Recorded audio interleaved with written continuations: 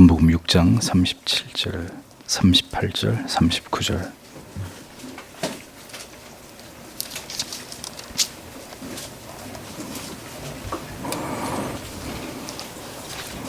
(37절에서) 39절 같이 읽겠습니다. 아버지께서 내게 주시는 자는 다 내게로 올 것이요 내게 오는 자는 내가 결코 내어주지 아니하리라.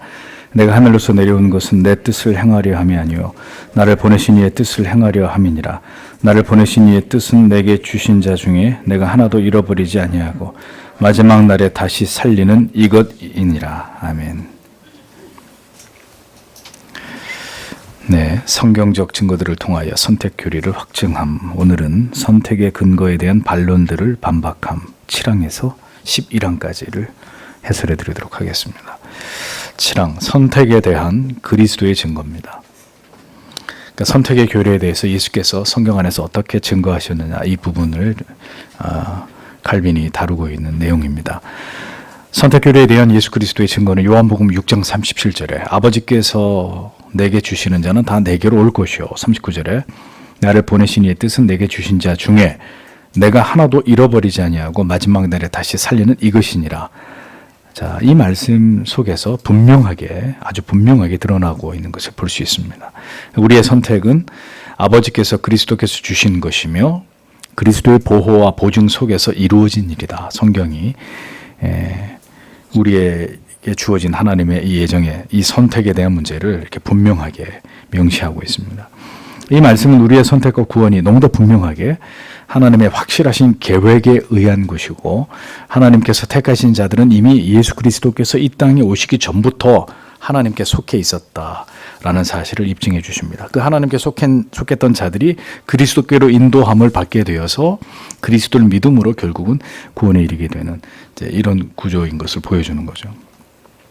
그러므로 인간의 스스로의 의지적 선택으로 말미암아 하나님께 나와 구원을 받을 수 있다는 주장이 왜 성경적으로 받아들여질 수 없는지 그 이유를 우리가 분명히 알 수 있는 것입니다.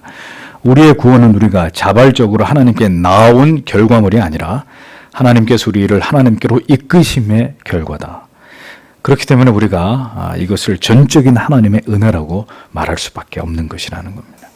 요한복음 6장 44절 45절에 이렇게 기록되어 있죠. 나를 보내신 아버지께서 이끌지 아니하면 아무라도 내게 올 수 없으니 오는 그를 내가 마지막 날에 다시 살리리라. 선지자의 글에 저희가 다 하나님의 가르침을 받으리라 기록되었은즉 아버지께 듣고 배운 사람마다 내게로 오느니라. 계속해서 이런 말씀들이 복음서 안에서 등장하고 있습니다. 그리스도께서 하신 말씀이 이토록 분명한데 만인 구원론을 주장하는 자들의 논리, 우리가 그래서 절대로 받아들일 수 없는 것입니다. 주님께로 나오는 모든 사람들이, 세상 모든 만민이 다 구원을 받는다? 성경은 그렇게 말씀하고 있지 않은데 우리는 자꾸 우리가 믿고 싶은 대로 하나님을 믿으려고 하는 거예요. 우리의 구원에 대해서 그렇게 믿으려고 하는 건데 만인 구원론은 절대로 받아들여질 수 있는, 성경적으로 받아들여질 수 있는 구원에 대한 설명이 아니다라는 겁니다. 하나님의 소유된, 하나님께 속한 오직 소수의 사람들만 결국 구원을 얻게 된다라는 이 진리를 일관되게 성경이 말씀하고 있을 뿐입니다.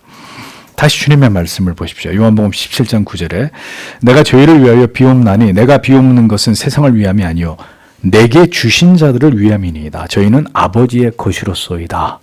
이렇게 기록되어 있습니다. 그러니까 분명하게 온 세상이 모두 하나님께 속한 것이 아니요 멸망당하게 될 자들 가운데 오직 소수의 사람들만이 하나님의 주권적인 은혜 가운데 하나님의 저주와 진노의 영원한 멸망으로부터 건지움을 받는 것이다.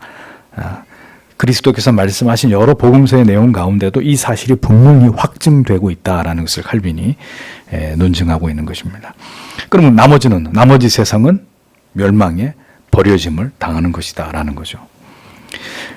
그러니까 예수 그리스도의 가르치심이 이토록 명백한데도 인간은 아까도 말씀드렸습니다. 자기들이 믿고 싶은 것을 믿으려고 하는 어리석음을 자행하죠. 그러하게 여전히 구원의 주체가 인간의 의지적 결정과 자기 선택이 있는 것처럼 착각하는 이런 그릇된 신앙을 고집하고 거기서 벗어나지 못하는 거예요. 내가 내 발로 가서 믿는 거지 누가 나한테 찾아온단 말이냐. 내가 가서 믿기로 하고 내가 가서 믿겠다고 고백하면 구원받는 것이 완전히 우리가 생각하는 하나님의 작정하심으로 말미암은 이 선택과 유기의 교리를 정면으로 거부하면서 구원의 모든 주체, 내 의지, 내 선택, 내 결과.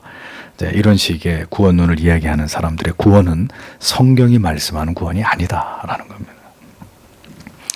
그리스도께서는 성부 하나님과 함께 죄인들을 위한 중보자의 사명을 감당하시면서 성부 하나님과 함께 선택에 관여하신 권한을 가지고 계신다라는 사실을 이어서 밝힙니다. 요한복음 13장 18절에 내가 너희 모두를 가리켜 말하는 것이 아니니라. 나는 내가 택한 자들이 누구인지 알미라. 예수님이 말씀하시는 거야. 성부만 아시는 게 아니라 예수님도 내가 택한 자들이 누군지 나는 알고 있다. 이렇게 분명히 예수님 말씀하시잖아요. 이 밖에도 여러 곳에서 주께서 택자를 정하심에 주님이 직접 그 모든 일에 관여하셨다는 사실을 밝히십니다. 성부 하나님만 아시고 성자는 모르시는 게 아니라 성삼위 하나님이 이 택자, 하나님의 예정 가운데 택자를 구분하는 일에 모두 다 관여하셨다는 사실이 성경에 증거되고 있다는 거죠.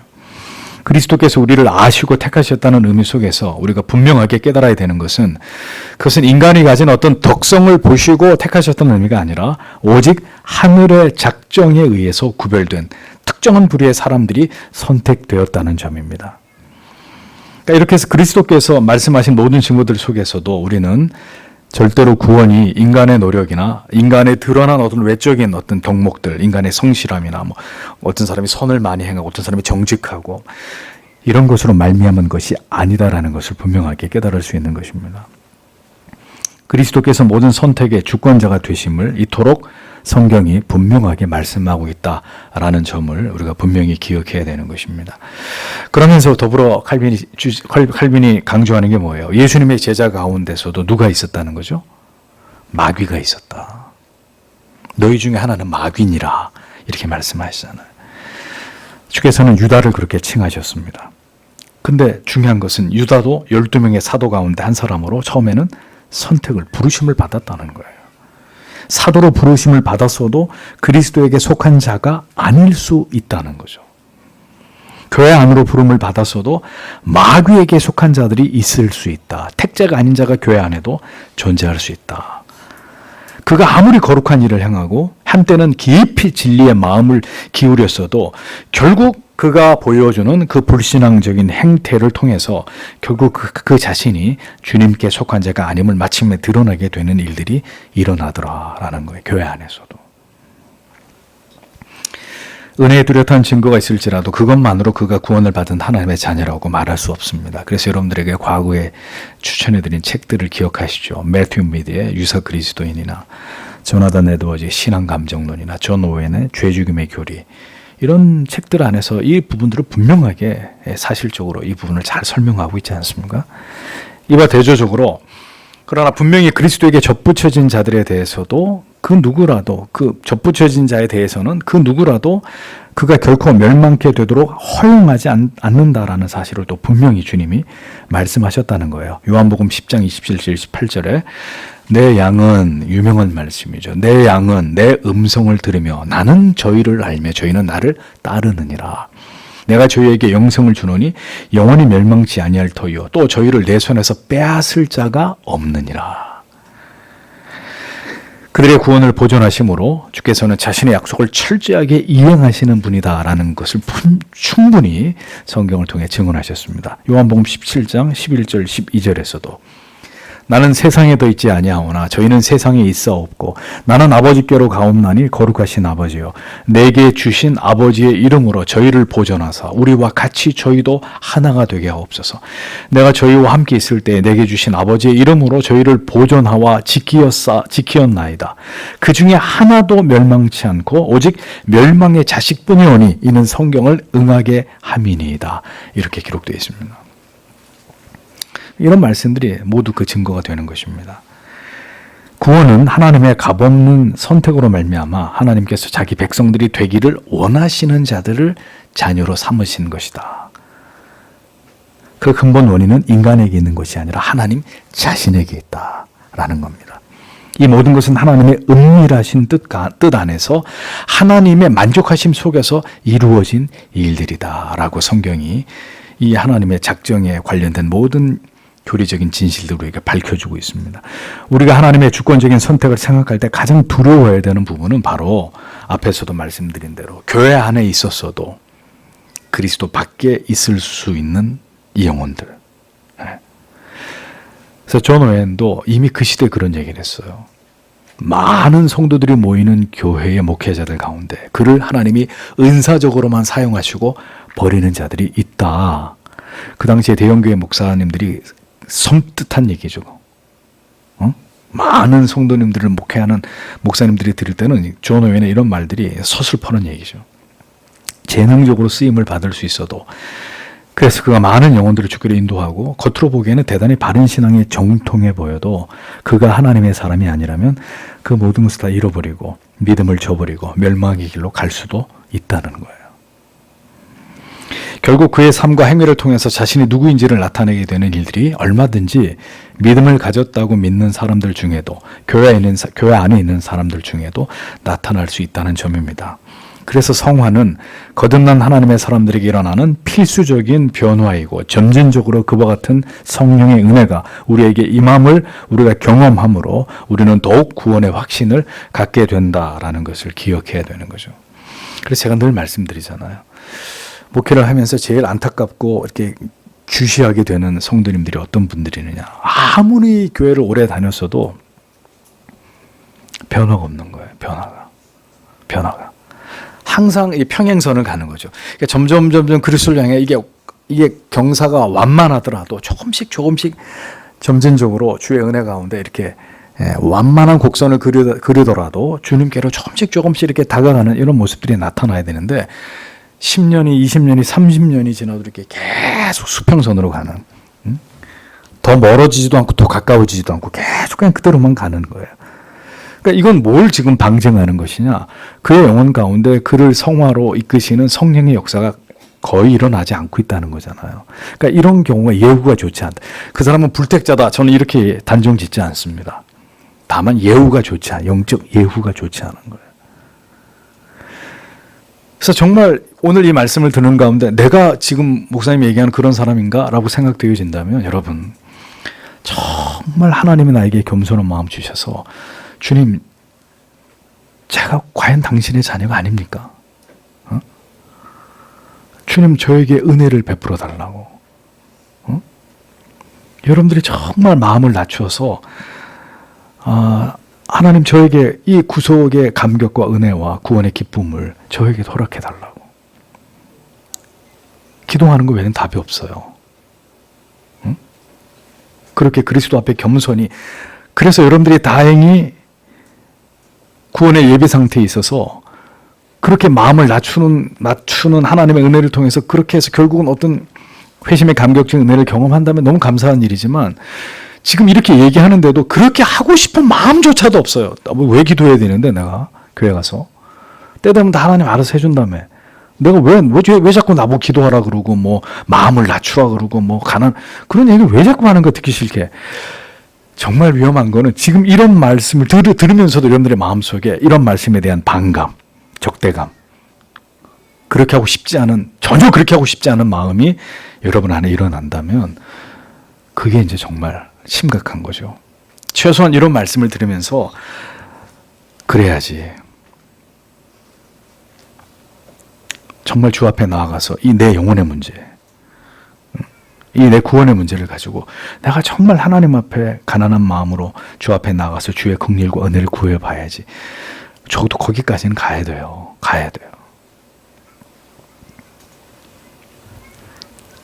그래서 성화는 거듭난 하나님의 사람에게 일어나는 필수적인 변화이고, 점진적으로 그와 같은 성령의 은혜가 우리에게 임함을 우리가 경험함으로, 그래서 말씀드리죠. 우리가 회심의 강렬한 은혜를 통해서 거듭난 하나님의 자녀가 이제 되는데, 회심의 경험이 굉장히 우리 신앙에서 중요한 그 기준점이 되는데, 분수령이 되는데, 그 이후로도 어떻게 돼요? 계속 성령의 반복적인 인치심이 나타난단 말이에요.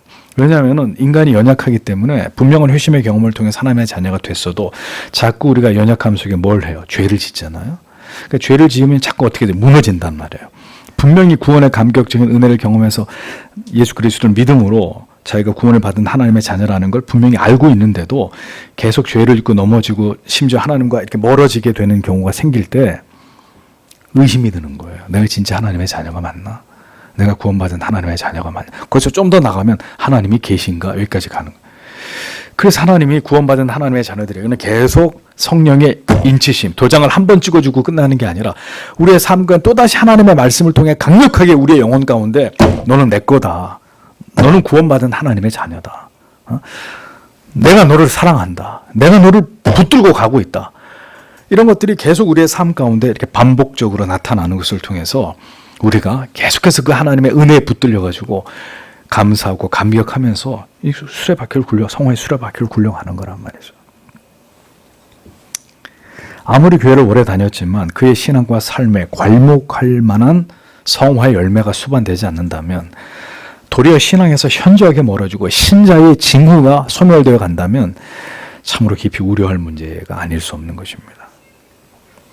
자신의 영적인 상태가 이러한데 전혀 이러한 문제에 대해서 고뇌와 고통의 성찰조차 없이 소위 아무 생각 없이 살아가는 것이 가능하다면 그가 누구인지를 우리는 매우 염려스럽게 생각할 수밖에 없는 것입니다. 성령은 반드시 거듭난 자들 안에서 역사하십니다. 그 선하신 목적과 뜻을, 계획들을 자기 사람들 속에서 이루어 가십니다. 그러므로 성화가 없는 구원이 존재할 수 없다는 것을 우리가 분명히 믿고 깨닫게 되는 것이라는 겁니다. 8번째, 선택에 대한 아우구스티누스의 견해. 교부들 가운데서도 여러분 암브로시우스나 오리겐, 제롬 등은 하나님께서 은혜를 잘 사용할 사람들을 미리 보시고 미리 아시고 그들에게 은혜를 주셨다 이런 주장을 했습니다. 그러니까 초기 교부들 대단히 훌륭한 사람들이긴 했지만 아직 성경 신학의 깊이가 그리 깊지 못했기 때문에 이런 부분적인 오류들이 그들에게 존재했던 것이죠. 아우구스티누스 역시 초기에는 그와 똑같은 그런 교부들과 같은 견해를 취했는데 성경에 대한 더 깊은 지식이 쌓이고 난 다음에 어떻게 됐어요? 그런 관점에서 돌았습니다. 오히려 그런 입장을 이제 반박하는 입장을 취하게 되죠. 아우구스티누스는 거듭 하나님께서 우리가 선하게 될 것을 미리 아시고 우리를 택한 것이 아니라 하나님께서 우리를 선하게 만드시기 위해서 우리를 창세전에 선택하셨다라는 것을 강조합니다. 요한복음 15장 6절에 주님께서는 너희가 나를 택한 것이 아니요 내가 너희를 택하여 세웠나니 라고 분명히 말씀하시므로 우리의 택하심의 조건이 우리의 선이나 행위에 있지 않다는 것을 분명하게 아우구스티누스가 논증을 하고 있는 거죠. 아우구스티누스는 이와 같은 면에 있어서 예지 예정을 말하고 있는 것 같은 다른 교부들과 분리되는 듯한 모습을 보이지만 그는 여전히 이 부분을 제외한 다른 교부들의 주장들을 어떻게 합니까? 10분 인용하고 거기에 지지하고 동의하는 입장을 취합니다. 그래 교부들이라 할지라도 이와 같이 하나님의 작정을 이해함에 있어서는 부족함이 있었다는 부분 여러분들이 우리가 분명히 짚고 넘어가야 돼요. 그러니까 교부들의 성경 해석을 보면 알레고리즘적인 해석이 상당히 많아요.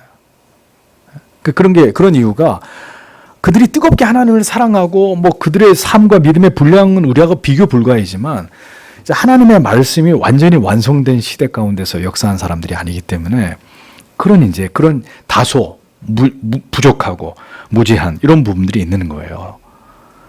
그러면 우리가 교부들은 그냥 다 한 방에 목을 다 날려요? 그럴 수 없는 거죠. 아우구스티누스도 자기도 처음에는 그런 관점을 갖다가 나중에 깨닫고 그 부분에 대해서는 자기 입장을 분명히 취하고 반박했지만 여전히 교부들을 존경하고 그들의 많은 논리들을 인용하면서 함께 진리를 발전시켜 나가는 모습을 우리가 주목해 봐야 된다는 겁니다. 하나님의 은혜를 특정한 사람에게만 허락하신 것에 관해서 우리는 거두절미하고 바울이 하나님께 불의가 있을 수 없다고 말한 이유에 대해서 그것은 하나님께서 스스로 그렇게 하시기 원하셨기 때문이고 하나님께서는 그렇게 택하신 자들을 사랑하시고 긍휼히 여길 자들을 긍휼히 여기실 절대적 권한이 그에게 있으시기 때문이다 라고 출애굽기 33장 19절을 인용하면서 칼빈이 이 부분에 대해서 답하고 있는 것을 볼 수 있습니다. 하나님께서 누구를 사랑하시고 누구에게 긍휼을 베푸시던 그것은 하나님이 원하시는 것이기 때문이고 따라서 하나님께서 기뻐하시는 자에게 그렇게 긍휼과 자비를 베푸심을 우리가 논할 바가 아니라는 점을 칼빈이 강조하는 거예요. 그러니까 하나님이 왜 불의하신 분이냐, 하나님이 뭐 때문에 그런 말을 들어야 되느냐, 거기에 대한 이제 정당한 논리는 이거예요. 반박의 논리는 하나님이 인간의 어떤 모습을 보고 그를 택할지 버릴지를 선택했다면 불의하다는 거예요. 하나님이 그렇게 만들어 놓고 누구는 너는 이쁘니까 너는 잘생겼으니까, 너는 똑똑하니까, 너는 택하고, 너는 별 볼 일 없고 못생기고 가진 것도 없고, 그러니까 너는 이러면 진짜 하나님이 불의한 하나님인데, 하나님이 우리의 무언가를 보시고 그분이 선택과 의기를 결정한 게 아니라 그분의 기뻐하시는 뜻 안에서 우리가 존재하기 전부터, 그러니까 이런 말들이 어려워요. 이거는 이해되는 말이 아니에요. 그냥 하나님의 그 섭리와 경륜 속에 우리가 존재하기도 전에 어떤 부류는 택하고 어떤 부류는 버려두시기로 그분이 그렇게 작정하셨다는 거예요. 그래서 그분 불의하지 않으시다라는 거죠. 자기의 선하신 뜻대로. 그러나 우리의 무언가를 보시고 그분의 관점에서 취할 자와 버릴 자를 선택하신 것이 아니기 때문에. 인간은 어떻게 해요? 인간은 사람의 조건을 보잖아요. 예? 그리고 내 친구 할 사람, 친구 안 할 사람, 입사시킬 사람, 퇴사시킬 사람. 우리는 사람이 가지고 있는 능력, 내가 좋아하는 거, 싫어하는 거, 이런 관점에 따라서 우리는 사람들을 평가하고 분류하고 우리가 그렇게 차별하지만 하나님은 그런 차원에서 하나님의 작정을 그분이 시행하신 것이 아니다. 그래서 우리가 하나님을 불의하다고 말할 수 없다는 것입니다.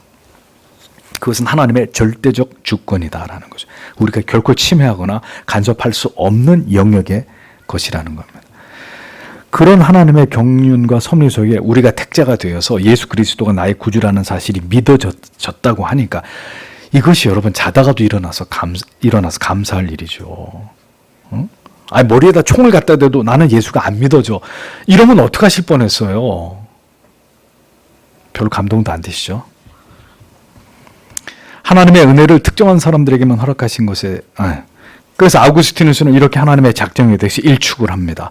하나님의 은혜는 택함 받기에 합당한 자들을 하나님께서 아시는 것이 아니라 그렇게 그들을 만들어 가시. 먼저 아시는 게 아니라 하나님이 택하신 작정한 그들을 결국 그렇게 하나님의 계획 속에 경륜 속에 만들어 가시는 것이다.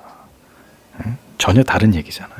이 말을 통해서 우리를 구원으로 부르시고 거기에서 더 나아가 성화되어 가도록 무지와 멸망 속에 있던 우리를 건져내셔서 영원한 빛 가운데 거할 수 있는 자들이 되어져 가도록 우리를 세워가시는 은혜가 택함을 입은 하나님의 백성들의 삶에서 필연적으로 나타날 수밖에 없다라는 것을 설명하고자 했다는 것입니다. 그러니까 여러분들께서 예수를 언제 믿었고 언제부터 처음 교회에 나가셨는지 알 수 없지만 중요한 것은 이것입니다. 오늘도 이와 같은 구원에 있어서 아주 생생하고 분명한 교리가 선포되고 그런 말씀을 들으면서 우리가 나의 믿음에 대해서 구원에 대해서 생각할 수 있는 이런 교회를 여러분들이 지금 다니면서 이런 말씀을 배우고 있다는 것 자체만으로도 어떤 부분은 상당히 우리가 감사하고 고무적으로 생각해야 될 부분이라는 거죠. 분명한 복음이 선포되고 분명한 하나님의 말씀이 증거되고 이 모든 교리와 교회사와 모든 것들을 검증해서 우리가 힘을 합쳐서 하나님이 기뻐하는 방향을 향해 하나님의 교회를 세워가려고 하는 그 가운데 내가 있다는 것만으로도 어떤 부분은 상당히 하나님의 나를 향하신 섭리와 계획과 인도하신 가운데 감사할 부분이 있다는 거죠. 그런데도 불구하고 말씀드린 여기까지 왔다가 다시 곁길로 미끄러져가지고 철로 욕정에 나오는 것처럼 곁길로 가버리게 되면 이게 정말 원통한 거예요. 응? 정말 원통한 거죠. 그래서 그렇지 않을 거라는 걸 믿고 계속해서 이 길을 함께 가셔야 되는 것입니다. 9번째, 토마스 아퀴나스의 교묘한 논리에 대한 반박. 토마스 아퀴나스는 인간의 공로에 대한 예지가 하나님의 편에서는 예정의 원인으로 작용하지 않을 수 있지만 우리 편에서는 어떤 면에서 원인으로 작용했을 수도 있다고 이렇게 말을 합니다. 그는 하나님께서는 택하신 자들에게 은혜를 주셔서 그들로 하여금 영광을 받을 공로를 세우도록 예정하셨으므로 영광이 어느 정도는 택함을 받은 자들의 공로에 따라서 주어지도록 예정됐다. 이렇게 주장을 하는 거예요. 교묘하죠, 아주. 아퀴나스의 주장은. 하나님께서는 택하신 자들로 하여금 그들이 그들의 힘으로 공로를 세울 수 있도록 하셨다는 그의 교묘한 주장 역시도 결국은 인간의 공로를 배제하지 않으려는 의도가 명백히 그 안에 깃들여 있다고 칼빈이 비판을 하는 거예요. 하나님의 예정을 통해서 우리가 택하심을 입어 의롭다함을 입고 사망에서 생명으로 옮겨진 것만으로도 충분한데 왜 자꾸 인간의 공로를 집요하게 이 하나님의 작정의 이유와 원인 안에다가 포함시키려고 하는 것일까요? 그러니까 이 장구한 교회 역사 속에서 굉장히 이 지루하리만큼 이 긴 역사 속에 이 논쟁이 계속되어 왔습니다. 전적인 하나님의 은혜냐? 아니, 인간의 공로, 인간의 노력. 그것도 구원의 굉장히 중요한 요소냐? 이 논쟁이 굉장히 긴 시간 동안 교회 안에서 반복되어 왔다. 지금도 마찬가지, 지금도 톰 라이트의 견해나 페더럴 비전이나 이런 쪽의 주장들이 다 이 부분을 계속해서 포기하지 않고 붙들고 가는 거예요. 기어이 인간의 공로와 행위, 어떤 노력이 인간의 구원과 예정에 미치는 영향이 있음을 말하고자 하는 이러한 하나님의 예정과 하나님의 선택에 있어서의 절대적 주권, 이신칭의 교리, 이것에 도전하는 일들은 여전히 이어지고 있는 신학적인 중요한 논쟁이다라는 겁니다.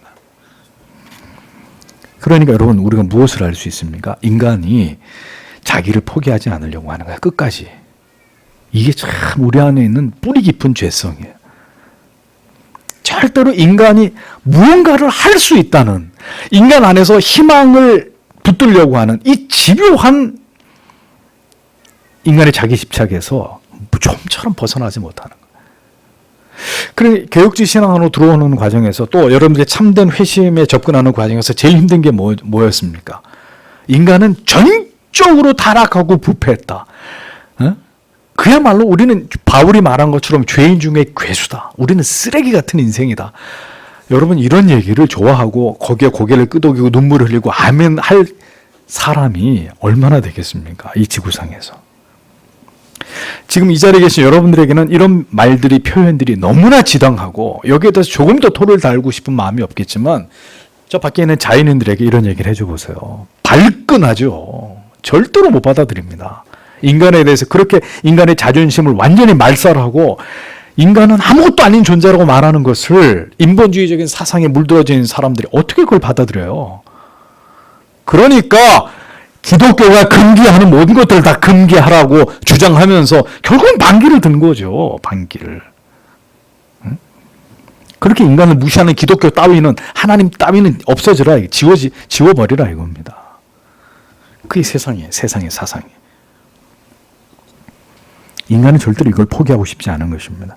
무엇인가 인간 안에서 하나님의 구원을 돕고 그 구원을 완성짓는 일에 우리도 뭔가를 기여해야 되고 기여할 수 있다고 믿는 이 믿음을 좀처럼 버리지 않으려는 인간의 이 본성의 이 충동은 수천 년 전이나 수백 년 전이나 지금이나 존재하는 거예요.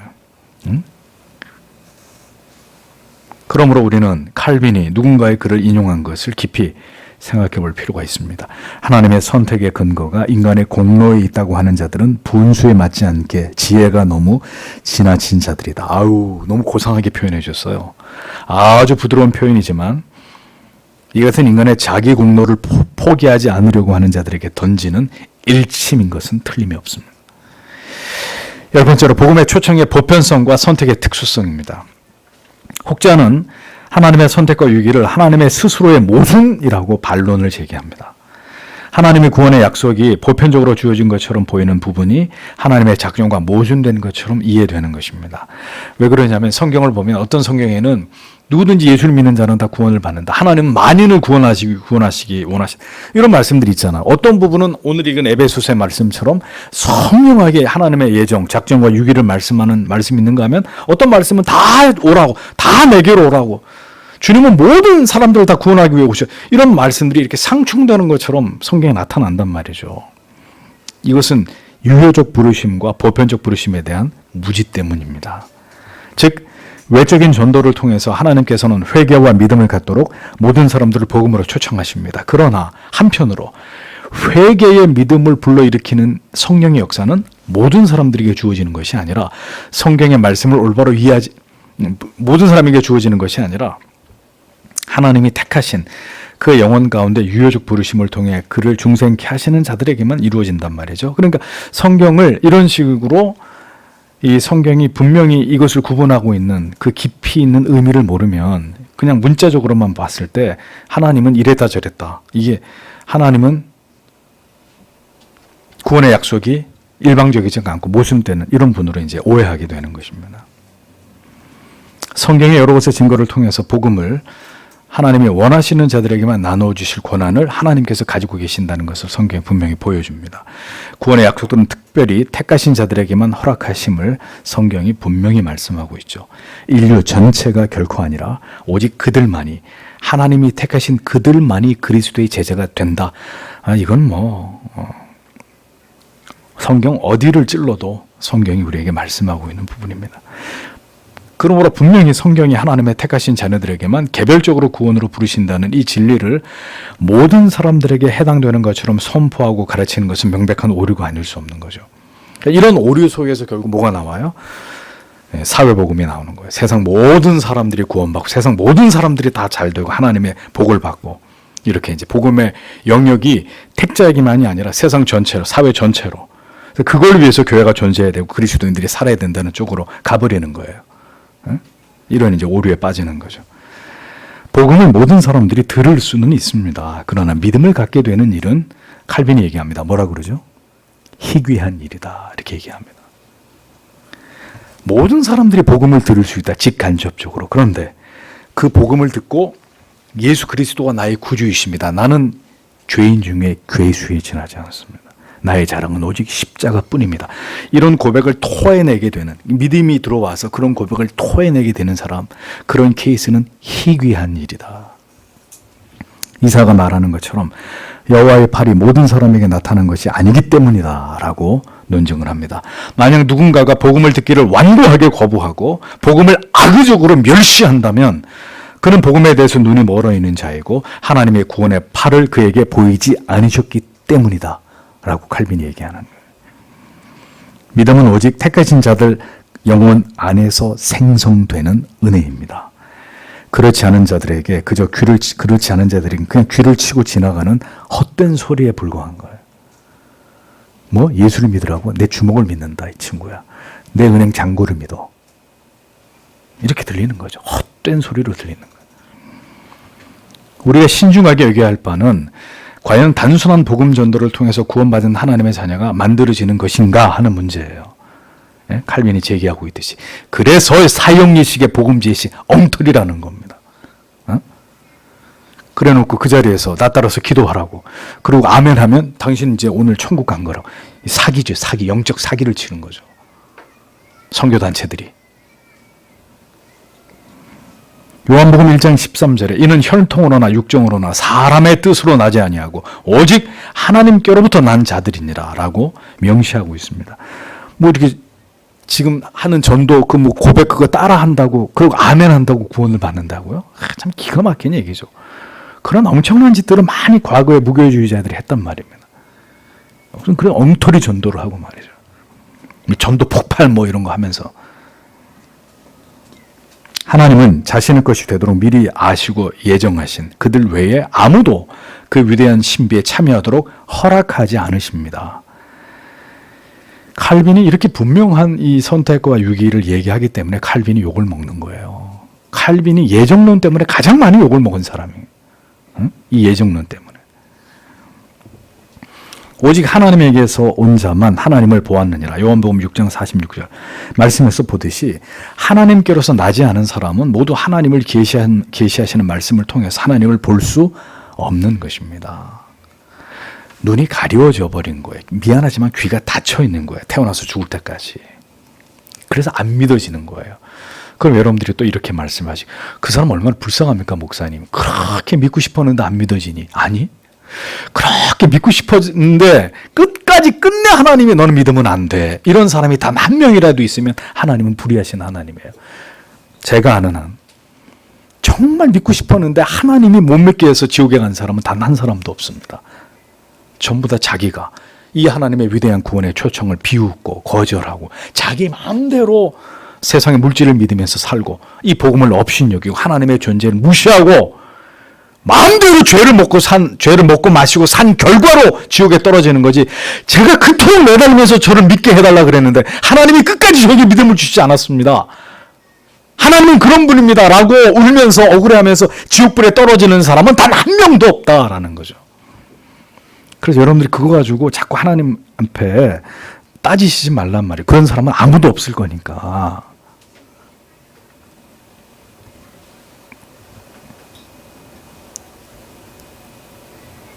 믿음은 분명히 모든 자들에게 주어지는 것이 아니요 하나님의 특별하신 증표로 예수를 구주로 믿어지게 하심으로 양자로 삼으신 자들을 위해서만 예비되는 종입니다.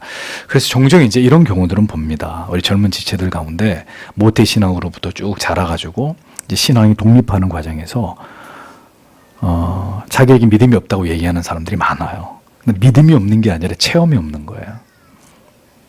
분명히 그가 하나님의 자녀가 맞는데도 그 하나님이 체험적으로 인격적으로 경험되지 않다 보니까 자기는 믿음이 없는 사람, 난 택자가 아니다, 심지어 이렇게까지 가는 경우가 있어요. 그런데 그러면서 이제 그 사람을 잘 보세요. 그 사람이 그 죄 문제를 가지고 막 괴로워하고 고통하고 있다는 거는 굉장히 좋은 거예요. 희망적인 거예요. 고민해야 돼요. 그렇게 내가 체험이 없다는 거, 믿어지지 않는다는 것 때문에 막 괴로워 갈등하고 그것 때문에 막 목사님 붙들고 막 상담하고, 이건 굉장히 고무적인 거예요. 그런 사람들은 분명히 때가 되면 하나님이 분명하게 그에게 은혜를 통해서 찾아오시면서 분명한 그가 하나님의 자녀라는 것에 대한 확신을 주세요. 그런데 여기서 이제 반대로 가는 경향이 있죠. 그러니까 나는 이제 더 이상 교회 안 나와. 이제 나한테 교회 나오고 강요하지 마. 나는 조금도 안 믿어지니까, 그러면 뭐 하나님은 나를 병신 만들어서 데려가든가 뭐 그러든지 말, 난 관심 없고, 나한테 더 이상 뭐 교회 가라 그러면 그런 소리 하지 마. 이제 엄마 아빠 이제 싫으니까 이제. 그리고 이제 괴로워하지도 않고 아주 이제 때는 왔다 하면서 훨훨 세상으로 날아가 버리는 사람들이 있어요. 굉장히 위험해요. 물론 그렇게 해도 한참 세월이 지나고 그가 엄청난 삶의 고통과 괴로움을 겪으면서 결국은 하나님 앞에 무릎을 꿇을 수밖에 없는 상황이 그의 나이 50이 60이 돼서 찾아온다면 감사한 거예요. 감사한 거예요. 근데 그렇게 해서 날아가서 영원히 다시 돌아오지 않는다? 불신자예요. 불택자예요. 그 사람. 그래서 왜 이 말씀을 드리냐면, 여러분들이 권유하고 있잖아요. 그런 거 가지고 여러분들, 성도님들 자녀들 가운데 괴로워하고 있는 자녀들이 있다면 그 괴로움의 끝까지, 그 바닥까지 가야 돼요. 저도 그랬기 때문에. 그럴 때 하나님이 정말 그에게 긍휼과 자비를 베푸시면서 그가 분명한 하나님의 언약의 자녀인 것을 하나님이 깨닫게 하세요. 거기서 이제 정말 자기 신앙이 독립이 되고 인격적으로 하나님을 경험하면서 자기 믿음이 시작되는 거예요. 그런 경우들이 수도 없이 많죠. 그런데 그런 게 어느 날 그냥 뚝 떨어지는 게 아니라 계기가 와요. 계기가. 그렇게 고난의 바닥을 기면서 하나님을 찾고, 나는 누굽니까 하나님? 이렇게 이제 그 문제를 가지고 진지하게 고민할 수밖에 없는 그런 계기가 찾아온다고요. 하나님의 자녀들에게. 요한복음 6장 39절 40절 내 아버지의 뜻은 내게 주신 자 중에 내가 하나도 잃어버리지 아니하는 것이요 그의 뜻은 아들을 보고 믿는 자마다 멸망치 않는 것이니라 라고 말씀하고 있습니다. 요한복음 10장 4절 5절에서도 양들이 그의 음성을 아는 고로 따라오되 타인의 음성은 알지 못하는 고로 타인을 따르지 아니하고 도리어 도망하느니라, 이렇게 기록이 되어 있습니다.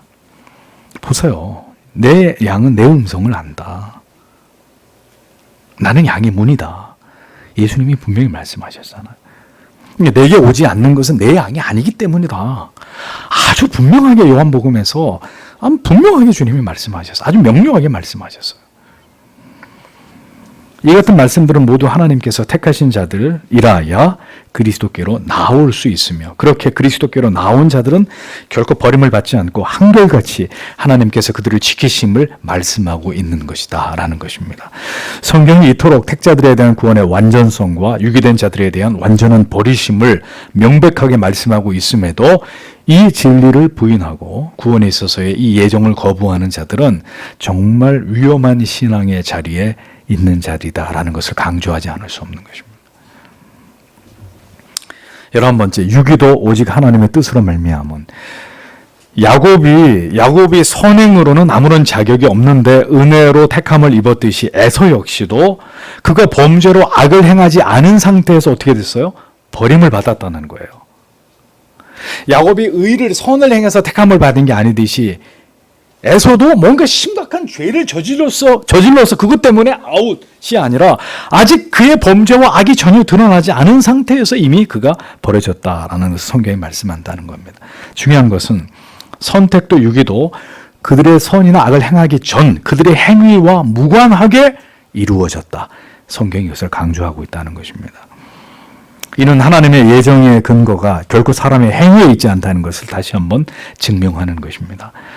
하나님께서 택하시는 자들에게 긍휼을 베푸심도 이를 하나님께서 기뻐하시기 때문이고, 반대로 하나님이 버리시는 자들도 하나님께서 그렇게 행하시기를 하나님이 기뻐하셨기 때문이다라고 성경이 분명히 말씀합니다.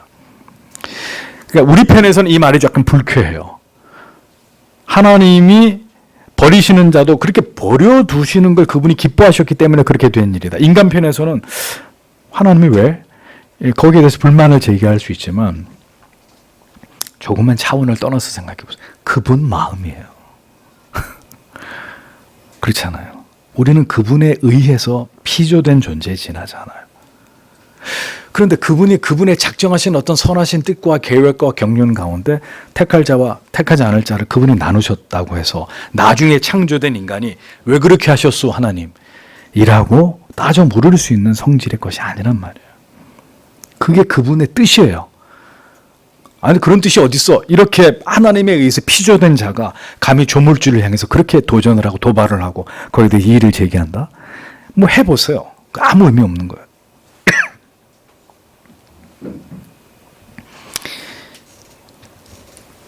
나무 위에서 매미가 열심히 울어도 여름은 가고 가을이 오고 겨울이 오는 거예요.